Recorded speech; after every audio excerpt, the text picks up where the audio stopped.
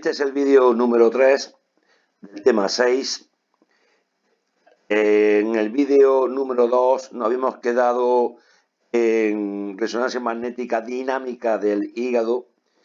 Recuerdo que el gadolinio en específico se distribuye por el líquido intersticial, aumentando la señal en T1 del agua de este líquido, y que por consiguiente se va a ver potenciada la señal en T1 en los tumores cerebrales, sean primarios, es decir, nacidos en el mismo cerebro o médula o cerebelo, y también en los metastásicos, siembras en sistema nervioso central de tumores malignos en otros órganos.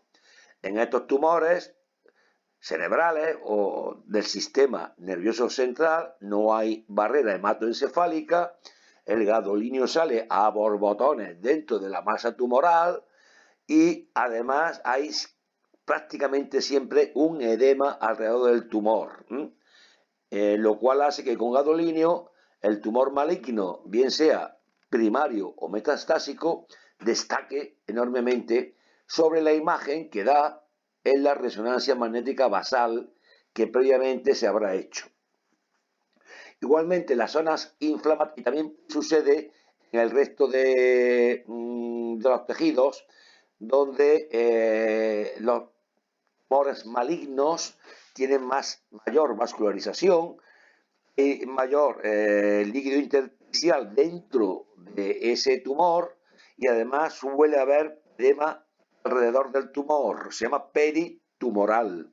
Pues estos tumores tienen mayor cantidad de gadolinio, tanto en el edema dentro del tumor como en el peritumoral, y resaltan, sus imágenes resaltan con gadolinio respecto de las imágenes que dan en la resonancia magnética basal. En cuanto a las inflamaciones, ya dijimos que en toda inflamación activa hay enfermedades inflamatorias crónicas que tienen fases de actividad, fases de inactividad. Pues durante la fase de actividad la inflamación está activa y hay edema en los tejidos inflamados y por tanto destacan esas articulaciones, esas zonas inflamatorias, destacan reforzándose en T1 con gadolinio, aumentando la señal. Nos hemos quedado en resonancia magnética dinámica del hígado, y para eso tenemos que explicar un poquito lo que es el hígado. Vamos a ver.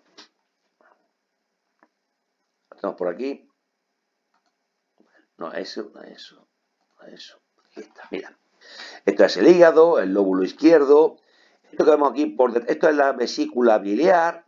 Esto significa que la bilis tiene un sentido de salida hacia afuera del hígado. Bien.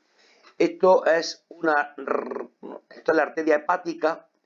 Esto es la vena porta. Detrás vemos la vena cava inferior que pasa por detrás del hígado. La vena cava inferior va a desembocar la sangre que circula por el hígado. Después de haber circulado por el hígado, va a salir una vena llamada suprahepática que desemboca en la vena cava inferior. Pero ahora lo que nos importa es la arteria hepática, la vena porta. La vena porta es la vena recta final de toda la circulación venosa de las paredes del tubo digestivo, desde estómago hasta la mitad superior del recto. La mitad inferior del recto, sus venas desembocan en la vena cava inferior, al final. Pero el resto del tubo digestivo, repito, desde estómago hasta la mitad superior del recto, sus venas van a ir desembocando en otras venas cada vez más grandes, hasta que esas venas, al final, todas desembocan en una gran vena llamada vena porta, que lleva su sangre al hígado. Bueno, sucede con la estructura del hígado. El hígado está constituido por millones de estas estructuras hexagonales que se llaman lobulillos hepáticos. En cada ángulo del hexágono vamos a ver una ramita de la arteria hepática, una rama de la vena porta, también aquí vemos la arteria hepática, la vena porta, una rama, y también vamos a ver un conductillo biliar, ¿vale? Veamos, esa es la vena centrolobulillar, al final va a desembocar en la vena suprahepática, que es la que retira sangre del hígado. Entonces, tenemos en cada lado de los hexágonos, de los lobulillos, una rama de la arteria hepática, una rama de la vena porta, un conductillo biliar. Vamos a verlo ahora esto con más detalle. Mira, esto sería una parte de un hexágono, ¿no? Eso sería la vena centrolobulillar, vamos a verlo aquí, la vena centrolobulillar, mira, aquí lo vemos también de otra manera, la vena centrolobulillar, estos son filas de hepatocitos, filas de células hepáticas. Entre las células hepáticas circula sangre procedente de la rama de la vena porta, que trae la sangre del tubo digestivo, la que van todos los nutrientes absorbidos en la pared gástrica e intestinal, y también sangre de la arteria hepática, que lo que lleva es oxígeno a las células hepáticas, a los hepatocitos.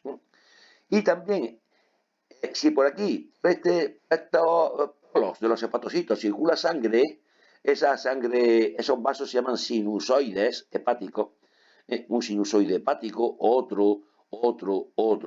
Pero también en el otro polo, los hepatocitos, opuesto a donde circula sangre, va un conductillo biliar que retira la bilis, la va drenando hacia una ramita, un conductillo biliar pequeño, que al final va a desembocar en los grandes conductos biliares que salen del hígado. Pues esto sería una parte de esos hexágonos, ¿vale? Eso sería un ángulo, un hexágono de un lobulillo, una rama de la arteria hepática, una rama de la vena porta, un conductillo biliar. Vamos a ver aquí, pues mira, estos son sinusoides, es decir, vasos sanguíneos especiales donde circula la sangre entre las filas de hepatocitos. Estos hepatocitos van a captar el oxígeno procedente de la sangre de la arteria hepática, van a captar los nutrientes transportados por la sangre de vena porta, van a metabolizarlos, van a volver a lo productivo, lo necesario, van a volver a mandarlo a la sangre para que salga del hígado y se reparta por todo el cuerpo, y lo que sobre lo va a drenar por aquí, por este lado capta sangre, capta nutrientes de la sangre, y por el otro lado va a expulsar lo que no sirva en forma de bilis, ¿vale? Bueno, pues entonces es un estudio dinámico del hígado. Sabemos que por el hígado llega sangre procedente de la vena porta, sangre procedente de la arteria hepática, y lo del conducto biliar ahora lo vamos a dejar, lo vamos a ver más adelante, y al final va a salir por una vena centrolobulillar, después de circular por las filas de hepatocitos y por estas venas centrolobulillares, que son estas que hay en el centro, o estas que hay en los centros, o esta que hay en el centro, va a ser retirada la sangre del lobulillo hepático, que al final va a desembocar en grandes venas, en una gran vena que saca la sangre del hígado. Bueno, una resonancia magnética del hígado es que se inyecta gadolinio, da igual que sea inespecífico o mixto en este caso, pero vamos, es inespecífico. Pues resulta que la sangre arterial llega antes a los lobulillos hepáticos, llegan en 15-20 segundos, ¿vale? La sangre, me refiero al gadolinio que se habrá inyectado en una vena del brazo. Al minuto, cuando empieza a llegar el gadolinio por las ramas de la vena porta. Y a los 5 minutos, digamos que hay una fase en la que hay un equilibrio dentro de los lobulillos, entre la sangre que llega por la vena porta y la que llega por la arteria hepática, y la que va drenando va saliendo por las venas que hay en los centros de los lobulillos. Bueno, sucede que hay tumores que reciben sangre sobre todo por ramas de la arteria hepática. Por tanto, esos tumores realzarán su imagen entre 15 y 20 segundos después de la administración del gadolinio. Son tumores primarios del hígado, un carcinoma hepatocelular, es el más frecuente como nacido en el hígado, es muy maligno. Y también las metástasis del cáncer de colon. También reciben sangre fundamentalmente a partir de la que le llega al hígado por la arteria hepática. Por tanto, estos tumores, los primarios del hígado y los metastásicos de colon, van a realzar su imagen a partir de los 20 segundos de la inyección del gadolinio. Mientras que después del minuto, los que van a realzar su imagen, no entre 20 segundos y un minuto, sino a partir de un minuto, van a ser los tumores metastásicos del hígado procedentes pues, del páncreas, procedentes de, prácticamente no me acuerdo, del páncreas, del riñón, y por aquí viene, bueno, no lo encuentro, metástasis de cáncer de colon, aquí está, metástasis de tumores pancreáticos, de mama y riñón. Entonces realzará la imagen después del primer minuto tras la inyección del gadolinio. Los quistes, y esto sí que es importante que ustedes tengan el concepto de lo que es un quiste, y da igual que un quiste sea un quiste pulmonar, un quiste ovárico, un quiste renal, un quiste hepático, un quiste tiroideo, un quiste testicular o lo que ustedes quieran. Un quiste es una cavidad esférica llena de líquido, líquido del quiste. Y todo quiste tiene una delgada pared propia que separa el líquido del quiste del tejido del órgano donde se encuentre. Un quiste no tiene circulación sanguínea, por tanto un quiste no va a captar en ningún caso gadolinio.